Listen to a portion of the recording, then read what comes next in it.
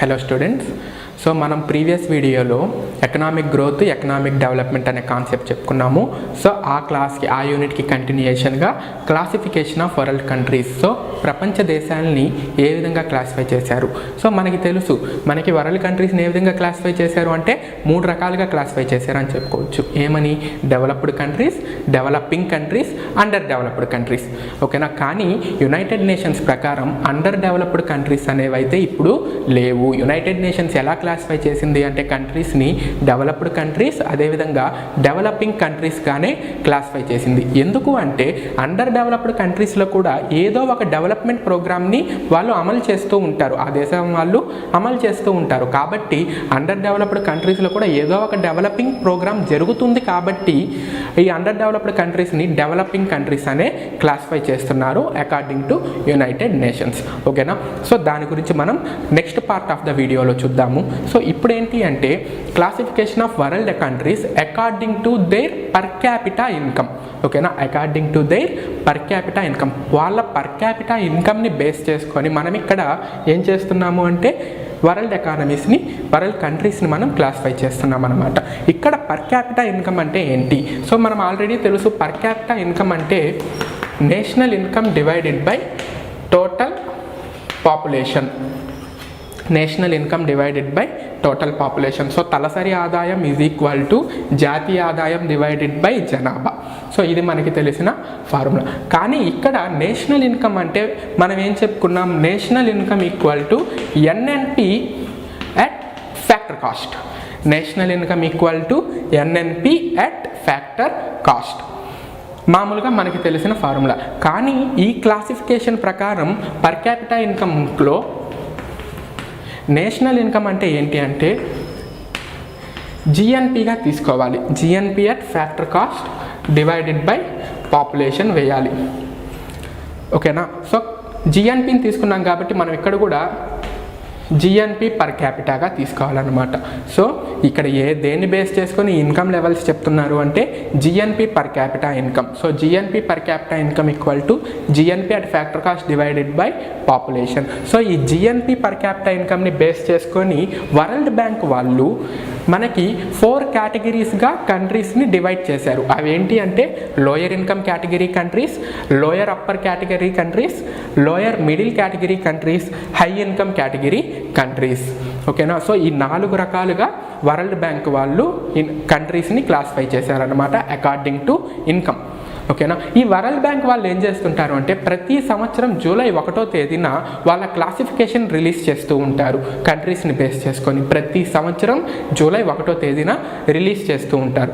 So రీసెంట్గా 2021 July 1వ తేదీన కూడా రిలీజ్ చేశారు. సో దాని ప్రకారము ఏ విధంగా క్లాసిఫికేషన్ ఉందో చూడండి. సో $1046 కన్నా తక్కువ పర్ క్యాపిటా, తక్కువ జిఎన్పి పర్ క్యాపిటా ఉండే కంట్రీస్ని ఏమంటాము అంటే మనం లో ఇన్కమ్ కంట్రీస్ అంటాం. ఓకేనా? $1046 నుంచి $4095 వరకు జిఎన్పి పర్ క్యాపిటా కలిగిన కంట్రీస్ని లోయర్ అప్పర్ కంట్రీస్ అంటాం. $4095 నుంచి $12,695 వరకు జిఎన్పి పర్ క్యాపిటా ఇన్కమ్ కలిగిన దేశాలని లో మిడిల్ కంట్రీస్ అంటాం. $12,695 కన్నా ఎక్కువ పర్ క్యాపిటా కలిగిన దేశాన్ని హై ఇన్కమ్ కంట్రీస్ అంటాం. ఇక్కడ పర్ క్యాపిటా అంటే GNP per capita. GNP per capita income equal to gross national product at factory cost divided by population. ఓకేనా? ఇక్కడ మనం తలసరి ఆదాయాన్ని దేన్ని బేస్ చేసుకొని తీసుకోవాలి అంటే గ్రాస్ నేషనల్ ప్రోడక్ట్ని బేస్ చేసుకొని తీసుకోవాలి, అంతేకాని నెట్ నేషనల్ ప్రోడక్ట్ని మనం బేస్ చేసి తీసుకోకూడదు. ఓకేనా? సో ఇది classification of world countries according to world bank as income classifications అనమాట. అంటే ఇన్కమ్ని బేస్ చేసుకొని మనం ఏం చేసాము? కంట్రీస్ని క్లాసిఫై చేసుకున్నాం. ఓకేనా? నెక్స్ట్ ఏంటి అంటే మనకి యునైటెడ్ నేషన్స్ కూడా ఏం చేసింది అంటే కంట్రీస్ని క్లాసిఫై చేసిందని చెప్పుకున్నాం కదా 2 పార్ట్స్గా. ఎలాగా? డెవలప్డ్ కంట్రీస్, అదేవిధంగా అండర్ డెవలప్డ్ కంట్రీస్. ఓకేనా? సో డెవలప్డ్ కంట్రీస్ తీసుకుందాం. డెవలప్డ్ కంట్రీస్కి ఉండే క్యారెక్టరిస్టిక్స్ ఏంటి? సో డెవలప్డ్ కంట్రీస్లో టెక్నాలజీ అనేది ఎక్కువగా ఉంటుంది, పర్ క్యాపిటా ఇన్కమ్ అనేది ఎక్కువగా ఉంటుంది, లిటరసీ లెవెల్ అనేది ఎక్కువగా ఉంటుంది. ఓకేనా. అగ్రికల్చర్ మీద డిపెండెన్సీ తక్కువగా ఉంటుంది. ఇండస్ట్రీ సెక్టార్లో ఎక్కువగా డిపెండెన్సీ ఉంటుంది. సర్వీస్ సెక్టార్లో డిపెండెన్సీ ఎక్కువగా ఉంటుంది. ఇన్ఫ్రాస్ట్రక్చర్ అనేది ఎక్కువ డెవలప్ అయి ఉంటుంది. ఓకేనా. సో బేసిక్ నెసెసిటీస్ అన్నీ వాళ్ళకి కావాల్సినట్టు వాళ్ళకి ఉంటాయి. ఓకేనా. అదేవిధంగా డెవలపింగ్ కంట్రీస్లో చూడండి, డెవలపింగ్ కంట్రీస్లో అగ్రికల్చర్ మీద డిపెండెన్సీ ఎక్కువగా ఉంటుంది. లిటరసీ లెవెల్ అనేది గ్రాడ్యువల్గా పెరుగుతూ ఉంటుంది. క్యాపిటల్ ఫార్మేషన్ అనేది గ్రాడ్యువల్గా పెరుగుతూ ఉంటుంది. ఓకేనా. నెక్స్ట్ అగ్రికల్చర్ మీద ఎక్కువ డిపెండ్ అయి ఉంటారు. ఇండస్ట్రీస్ అండ్ సర్వీస్ సెక్టార్లో పాపులేషన్ అనేవాళ్ళు ఎక్కువగా పెరుగుతూ ఉంటారు. ఓకేనా. సో డెవలపింగ్ అనేది ఏంటి అంటే కంటిన్యూస్ రైజ్ అనమాట. అన్ని సెక్టార్స్లో కంప్లీట్ డెవలప్మెంట్ ఉండదు కానివ్వండి, కానీ కంటిన్యూస్ రైజ్ ఉంటుంది. అంటే ప్రీవియస్ ఇయర్తో పోలిస్తే ఈ ఇయర్ కొంచెం డెవలప్ అవుతారు, ఈ ఇయర్తో పోలిస్తే నెక్స్ట్ ఇయర్ కొంచెం డెవలప్ అవుతారు. ఓకేనా. సో ఈ విధంగా కంటిన్యూస్ డెవలప్మెంట్ అనేది ఉంటుంది. సో మామూలుగా ఇన్ జనరల్గా మనం అండర్ డెవలప్డ్ కంట్రీస్ గురించి చెప్పుకోవాలనుకుంటే ఇక్కడ పర్ క్యాపిటల్ ఇన్కమ్ అనేది చాలా తక్కువగా ఉంటుంది. ఓకేనా. బేసిక్ ఇన్ఫ్రాస్ట్రక్చర్ కూడా చాలా తక్కువగా ఉంటుంది. లైఫ్ ఎక్స్పెక్టెన్సీ తక్కువగా ఉంటుంది. ఎడ్యుకేషన్ లెవెల్ తక్కువగా ఉంటుంది. హ్యూమన్ డెవలప్మెంట్ ఇండెక్స్ తక్కువగా ఉంటుంది. ఓకేనా.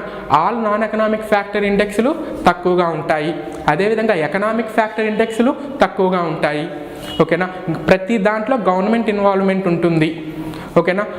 సో డెవలపింగ్ కంట్రీస్ వచ్చేటప్పటికి ఎడ్యుకేషన్ లెవెల్ అనేది మోడరేట్గా ఉంటుంది. లైఫ్ ఎక్స్పెక్టెన్సీ అనేది మోడరేట్గా ఉంటుంది. అదే డెవలప్డ్లోకి వెళ్ళామనుకోండి, ఎడ్యుకేషన్ అనేది వెరీ హై ఉంటుంది, లైఫ్ ఎక్స్పెక్టెన్సీ అనేది ఎక్కువగా ఉంటుంది ఈ రెండింటితో పోలిస్తే. ఓకేనా. సో ఇవన్నీ కూడా ఏంటి అంటే డెవలపింగ్ అండ్ అండర్ డెవలప్డ్ ఎకానమీస్కి ఉండే క్యారెక్టరిస్టిక్స్. ఓకేనా. అర్థమైందా.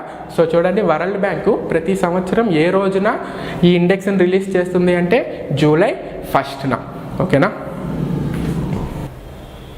ఓకేనా. సో చూడండి, డెవలప్డ్ కంట్రీస్కి డెవలపింగ్ కంట్రీస్కి ఉండే బేసిక్ డిఫరెన్సెస్ని మనం ఇప్పుడు చూద్దాం. ఓకేనా. సో ఒక్కొక్క మెజర్ తీసుకుందాము. ఆ మెజర్కి డెవలప్డ్ కంట్రీ ఎలా ఉంది, అదేవిధంగా డెవలపింగ్ కంట్రీ అనేది ఎలా ఉంది అనేది మనం చూద్దాం. సో చూడండి, ఫస్ట్ మెజర్ అగ్రికల్చర్. ఓకేనా. సో చూడండి, డెవలప్డ్ కంట్రీస్ అనేవి ఎక్కువగా నాన్ అగ్రికల్చర్ మీద డిపెండ్ అవ్వవు. ఓకేనా. డెవలపింగ్ ఏమో ఎక్కువగా అగ్రికల్చర్ మీద డిపెండ్ అవుతుంది అనమాట. సో చూడండి, ఎక్కువగా service sector, industrial sector developed కంట్రీస్లో ఎక్కువ డెవలప్ అయి ఉంటుంది. ఓకేనా. డెవలపింగ్లో సర్వీస్ సెక్టారు అదేవిధంగా ఇండస్ట్రియల్ సెక్టార్ పోర్షన్ అనేది తక్కువగా ఉంటుంది. ఎక్కువగా అగ్రికల్చర్ మీద డిపెండ్ అవుతారు డెవలపింగ్ కంట్రీస్ వాళ్ళు. Next natural resources. Developed countries వాళ్ళు ఫుల్లీ యూటిలైజ్ చేసుకుంటారు, 100% యూటిలైజ్ చేసుకుంటారు. డెవలపింగ్ వాళ్ళు అండర్ యూటిలైజ్ చేసుకుంటారు అనమాట. అంటే ఉన్నంత న్యాచురల్ రిసోర్సెస్ని వాడుకోలేరు. Next per capital income.